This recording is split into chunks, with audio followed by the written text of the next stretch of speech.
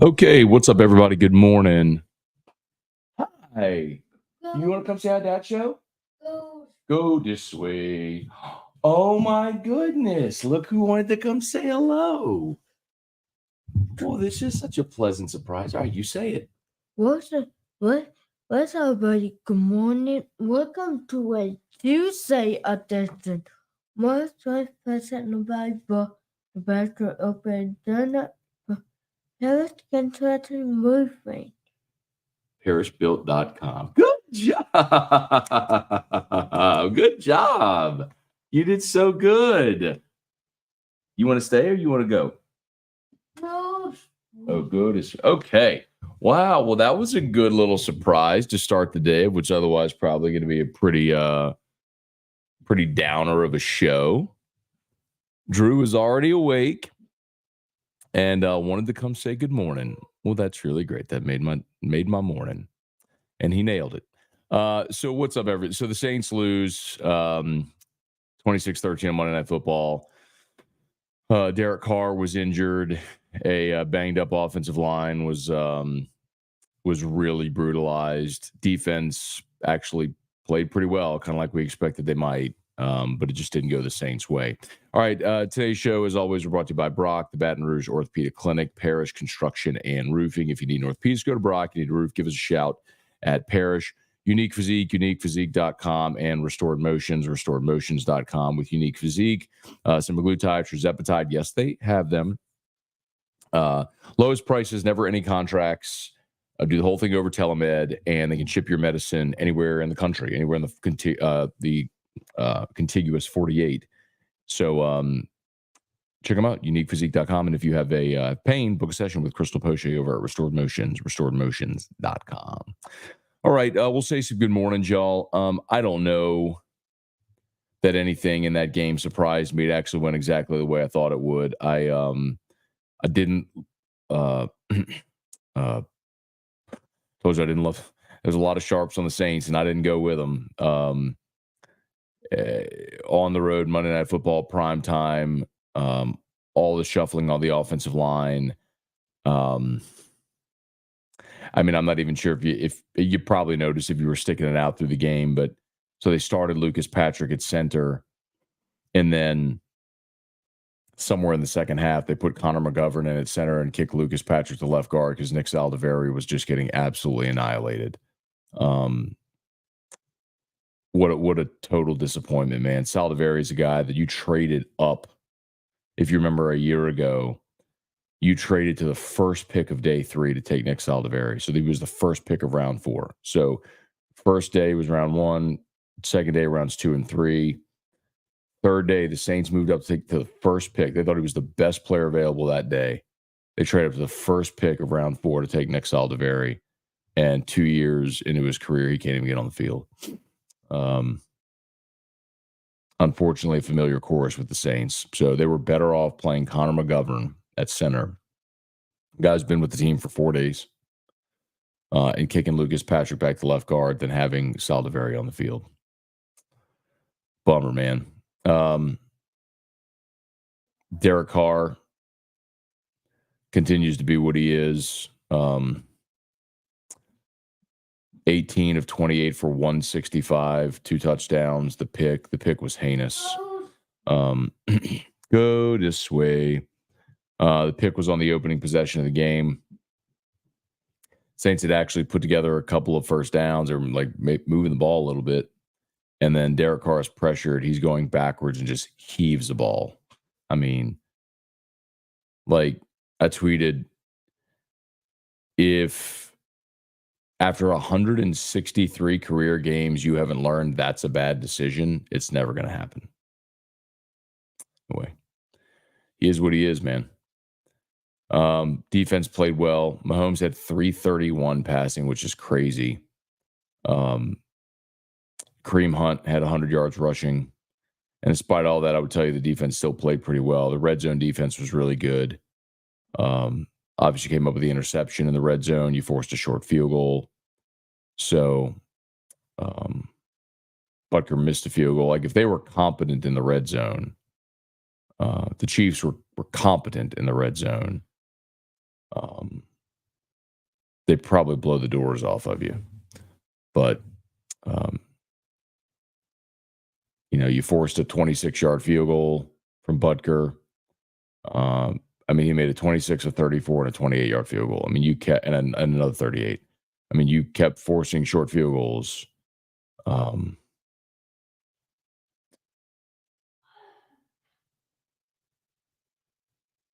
You only allowed them in the end zone one time all night. It was no, forgive me, they had two. It was, they had the Kareem Hunt run at the beginning, and then they had the Xavier Worthy run in the second. So they had two touchdowns. They've gotten the end zone twice. And Blake Groupie misses a PAT. Jesus. Anyway, happy day. It's a spite store. Latte Larry's. Anyway. All right, let's say some good morning, see what y'all got. Please smash the like button if you would. On YouTube, subscribe to the channel.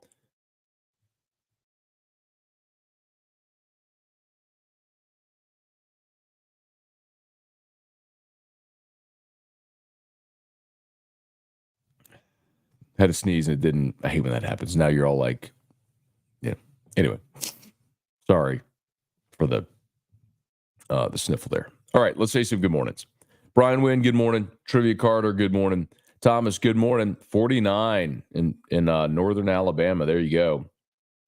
Get down there Friday, warm up watching LSU. Yeah, man, it's supposed to be nice too this weekend, man. The humidity's dropping a little bit. We're gonna have some nicer temps, so it should be really good. Jacob, good morning. Hey, Trav, good morning. Nismo, can we finally put Rattler or Hainer in at QB1? Well, I think it remains to be seen what happens there with Carr. I was listening to his post-game interview driving home. We did the event last night at the sportsbook at LeBear's. Great crowd. Thanks to everybody who came out. Go this way. So I was driving home and I got to hear Carr's post-game said, he said it wasn't from a hit. He said when he torqued and threw downfield, he felt it. Went to the sideline. They took him to the locker room, asked him if they could, give him anything to get back out there. They said it wouldn't really matter. It wasn't enough time to make it matter. So Hainer finished the game like it mattered. Look, you're a better team with Derek Carr than you are with Hainer or Rattler at quarterback. That's not even really debatable. I guess we could talk about the unknown of a guy like Rattler, but still, you're going to put a green rookie in there.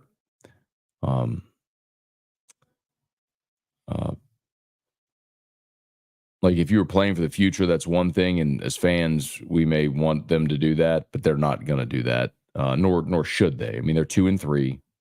They're coming home for a game against Tampa. That is kind of a season saver. It's only week 6. So I'm not going to sit here and tell you it's a must win or anything. Of course they could go on a run. We've seen them do it before. But, if you go beat Tampa in the Dome, it gets you back to 500. It pulls Tampa down a game. And then you have a head-to-head over Tampa. You're 2-1 in the division. So as much as last night was disappointing, it's not devastating because it was an AFC opponent. Win the NFC game, certainly win your divisional games, and you're in a much better spot. That's another reason why blowing the Atlanta game. It's miserable to lose a game where you don't allow an offensive touchdown. Donovan, good morning. Taylor, good morning.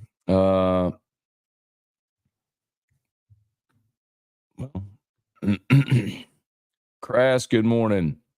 Rocky, morning, Matt. What an absolute garbage performance last night. Needs to be house cleaning. Brian, Drew is so grown up. Yeah, man, 10 years old. Doing great too, man. Happy little kid, loves to go to school over at St. Lillian. He can't hold a pen and write. So they're working with him on an oversized keyboard to be able to touch the letters to type, right, what he's trying to say. So he's doing really well with that too. So he's doing well. Doug, I thought it would be different this year. Well, Doug, in fairness, the offensive line issues have decimated this team. I mean, it's hard. I'm not telling you they would have kept scoring 40 a game like they did the first 2 weeks. But, I mean, one of the reasons that I picked Kansas City last night, well, look, a lot of people were picking the Saints, certainly the Saints against the spread, was like, how in the world can you expect that interior of an offensive line try to block guys like Chris Jones? Come on. I mean, and then you got a quarterback with happy feet. Every time he's got pressure, he freaks out. What do you think is going to happen? Go this way. Weston, morning, Matt and Drew. Is it just me, or can the Saints not run a successful screenplay? I'd be curious their success rate in screenplays. There are those advanced analytics. We could look it up, Weston. I'm sure PFF will have that, some of the stat things that we subscribe to. But it's so funny because that was such a key part of the offense under Sean Payton and Drew Brees. But I don't know if you noticed last night, there were 2 times he tried to run screens, and Carr wisely just threw it right into the ground, like spiked the football at the running back's feet because there was so much pressure. There is an art to executing a screen, you know. Rocky, good morning. Brett, you mean we get a Bama's burning and Emperor of empty yards this week? I mean, there weren't even that many empty yards, dog. He only threw for 165, you know. He just had not a lot of yards. Chance saw an interesting stat yesterday. Bama's Ryan Williams, the youngest player ever to lose to Vanderbilt. Well done, Chance. Well done. He's playing the fact that everybody keeps pointing out the fact that he's 17. Yes, we know he's 17. But it's funny. The addition there was that lost to Vanderbilt. Brian, seems like Saints are better than 2-3 team. Hey, man. Brian, the reality is the average margin in the NFL is something like 3 to 4 points. Most teams are good. There's a ton of parity. Everyone has pros. It's hard to win. So you play a lot of close games, man. But ultimately, your win-loss record defines what you are.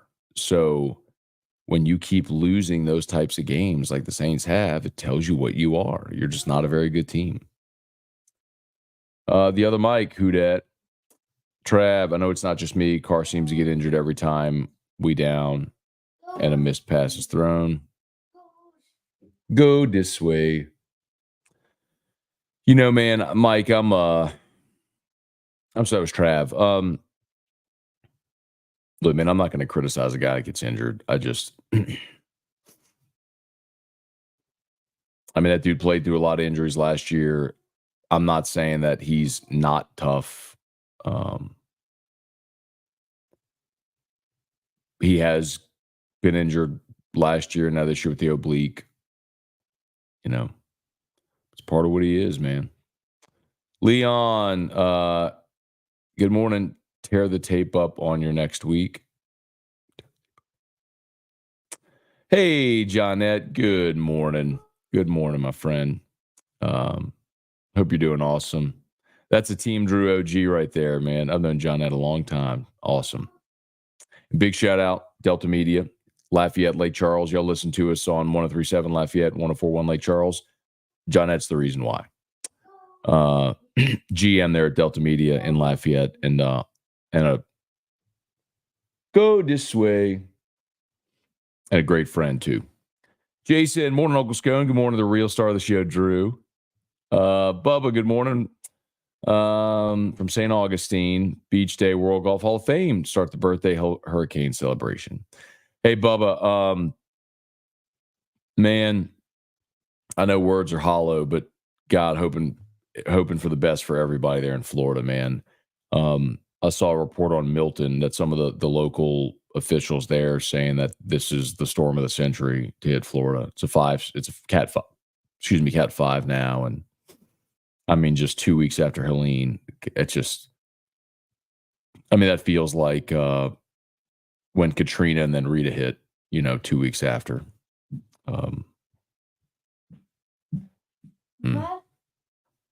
Hoping for the best for y'all, man. Outcoached, outplayed. True. Bailey, tired of watching this. I want the A gone. They are fake good. Sean, morning, Matt. We suck. Fake good is a good way to put it. Fake good. All right, y'all. If you're on YouTube, please smash the like button, subscribe to the channel, Facebook, like the page, share the post. Leon asked about Colin Saunders running the ball, grinning ear to ear. And it was funny. It was just as they were talking. I mean, like, in that point of the game, if you're watching it,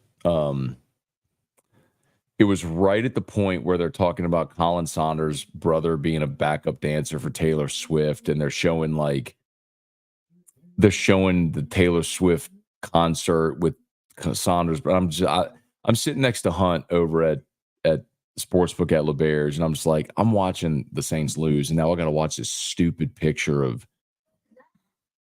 Colin Saunders' brother as a backup dancer for Taylor. I look at Hunt like, this is just this is insult to injury right here. Baloo. And then like the next play was the interception. I was like, oh, this is beautiful poetry. Go this way. That was certainly a highlight and actually saved the game at the point, because then you went and scored on the Foster Morrow touchdown, got you within, which should have been 16-14, but Blake Groupie missed a PAT. So got you within 16-13.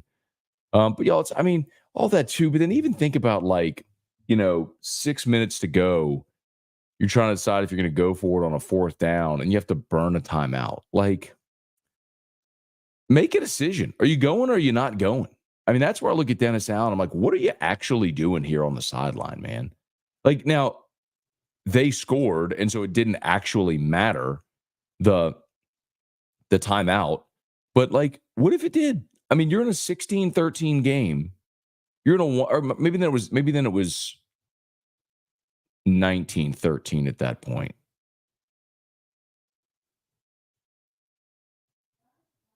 No, it was 16-13 at that point.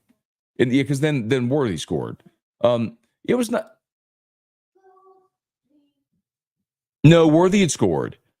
So they're up 10, and there's 6 minutes to go, and you need 2 possessions. Go this way. You're gonna need a score, a stop, and a score. Like, that timeout might actually matter. It didn't in the end, but like, that's something that'll go unnoticed. But it's just like, so poorly coached, man. Dennis Allen is just. I mean, I'm sympathetic because of the injuries on the offensive line. I don't want to minimize that, because that's real, and that's not something you can necessarily do anything about. But so much other stuff that you're looking like, what is this operation? Just Quentin, good morning. Brunel, good morning, Roland Sconers. Dennis Allen makes me utterly sick. What is the game plan that Clint Kubiak put together for us last night?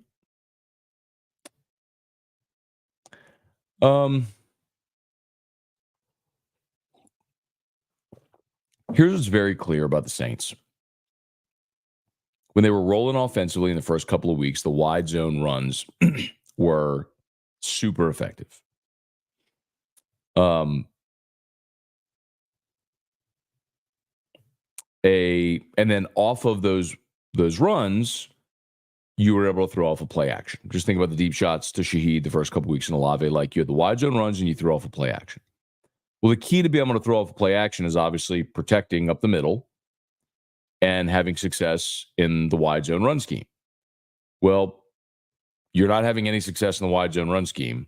And if you're not having success running the ball, then you can't throw off a play action because they're not respecting your run. Go this way. So, yeah. Look, what are you doing?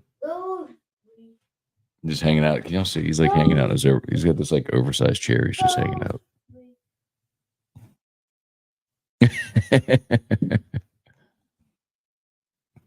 Maybe Drew will brighten up your morning. Hey, Carl the cat. Good to see the cat last night, man. Thanks for coming out, Carl. Good to see you last night as always, bud.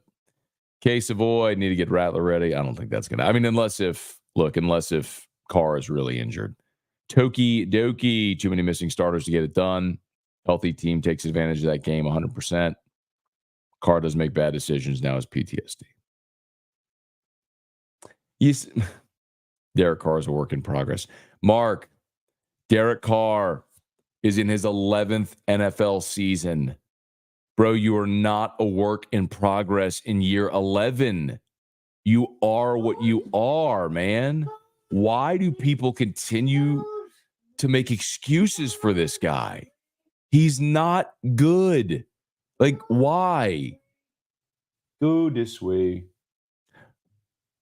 I don't understand how, like, where is it rooted in your brain? Like, I'm not just you, Mark, but like everybody that continues to defend Derek Carr, help me understand where it is rooted in your brain that Derek Carr is a good player. Like, is it just that you didn't watch him because he played for the Raiders and you didn't watch the Raiders? Is it that the Saints paid him a lot of money, so you think he should be good? Is it that he's better than whatever combination of Andy Dalton and Trevor Siemian and whatever we saw the past few years? Like, what is it that go this way? What is it that makes anyone think now after last night, 164 games played, he's 74-90 as a starting quarterback?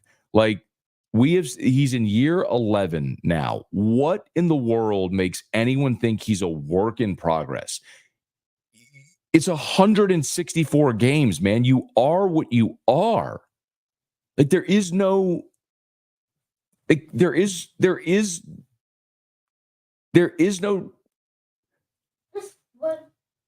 like, there's nothing else to say. Like, you're a finished product. It's just your ability with what you are to function within the team that you have. And he's not anyone that's going to elevate a team. That's the point I'm making. Like, if you put Derek Carr on what's the most talented team in the NFL, put Derek Carr on the 49ers. Yeah, they're a playoff team. I don't know if he's winning a Super Bowl, but they're a playoff team. There's enough talent around him, and he can function within a talented offense. But he is not going to, like, Patrick Mahomes elevates his team. That's a case in point last night. Do you realize last night Patrick Mahomes' average air yards per pass was like 3.7 yards? That means the ball traveled on air less than 4 yards in the air on average last night for Patrick Mahomes. Everything last night was a check down, a dink, a dunk, and he threw for 331 yards, and his team doubled up the Saints. I mean, go this way. I mean, like, that is an example of a quarterback elevating his team. No Rashee Rice, no Isaac Pacheco, like, two bad offensive tackles. What else do you need to see?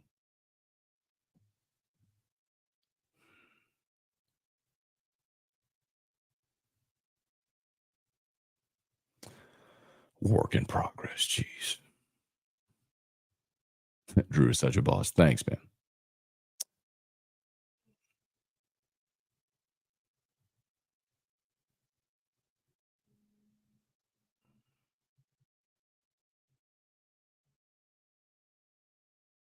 Mm.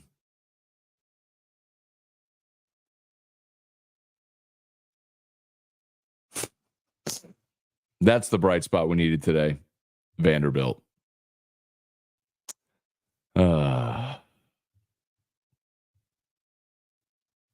I'm just going to put these on the screen and let y'all read them. Like, this is what the team is now. Yeah, we'll see what happened with Carr. I don't know if he's, like he said, it was an oblique. But if he tore his oblique, then he's going to miss a lot of time. If it's a strain, we'll see. Go this way. But if you're sitting there thinking Jake Haener or Spencer Rattler are going to come in and save the day, and the Saints are going to be a playoff team, like, that ain't happening.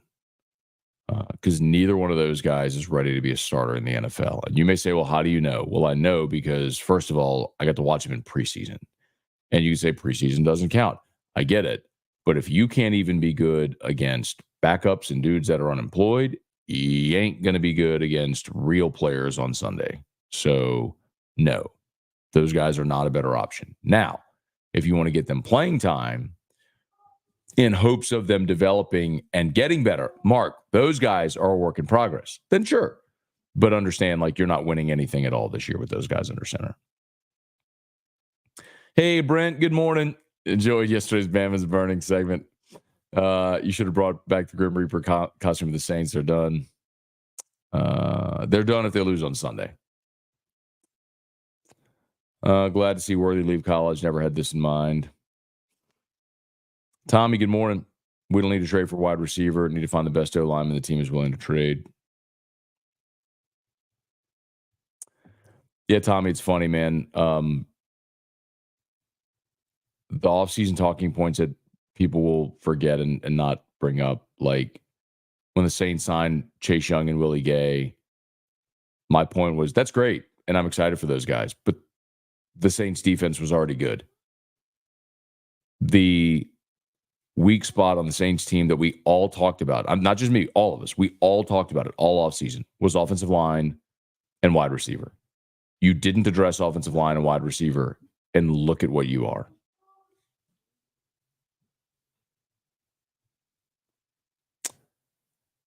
Good morning. Great Bama's Burning. Someone's ready for Halloween, and NIL Locked On was awesome. Thanks for watching, Gregory. I appreciate it, man.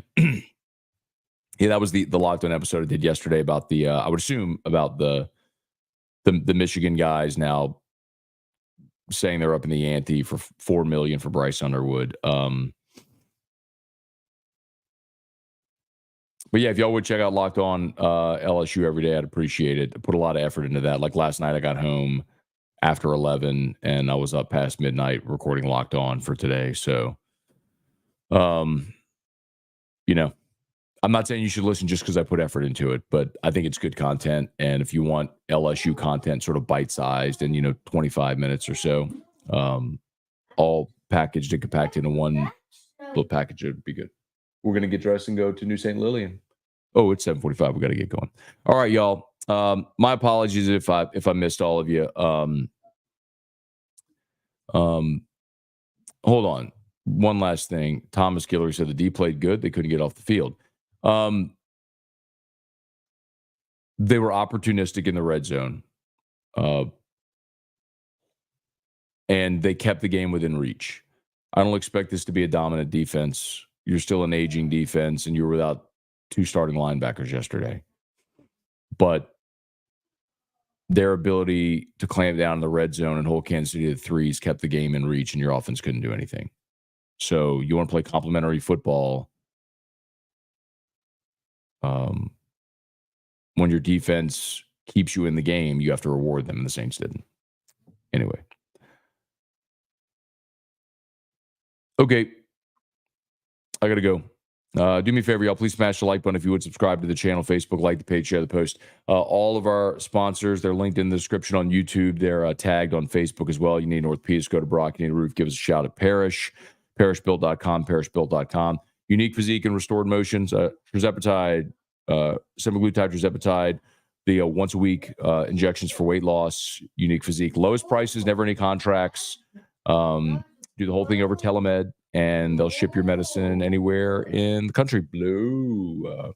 And then, of course, you need, if you have pain, book a session with Crystal Poche over at Restored Motions, restoredmotions.com. All right, thanks for watching, y'all. Have an awesome day.